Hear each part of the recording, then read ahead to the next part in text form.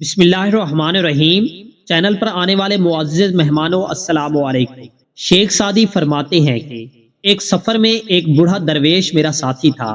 ہم دونوں سفر کرتے کرتے ایک دریا پر پہنچے۔ ہمیں دریا کے اس پار جانا تھا اور کشتی بان معاوضہ لیے بغیر کسی کو کشتی پر سوار نہ کرتے تھے۔ میرے پاس 1 درہم تھا، چنانچہ مجھے تو انہوں نے کشتی میں بٹھا لیا، لیکن بوڑھا درویش خالی ہاتھ تھا۔ اسے کشتی میں بٹھانے سے انکار کر دیا اور کشتی کو تیزی سے چلا دیا۔ مجھے اپنے ساتھی کی بے کسی پر رونا آ گیا۔ مجھے اس قدر ملول دیکھ کر بوڑھا درویش کہکا مار کر ہنسا اور بولا، اے عقل مند، میرے حال پر غم نہ کھا، مجھے وہی ذات دریا پار کروائے گی جو کشتی لے جا رہی ہے۔ یہ کہہ کر اس نے پانی کی سطح پر مصلا بچھایا اور اس پر بیٹھ کر آنن فانن دریا کے پار اتر گیا۔ میں سمجھا یہ میرا وہم ہے یا خواب ہے۔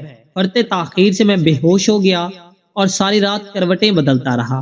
صبح کو ہوش آیا تو اس درویش نے آواز دی، اے مبارک خیال دوست، تو تعجب میں کیوں پڑ گیا؟ تجھے کشتی نے کنارے پر پہنچایا اور مجھے اللہ تعالیٰ نے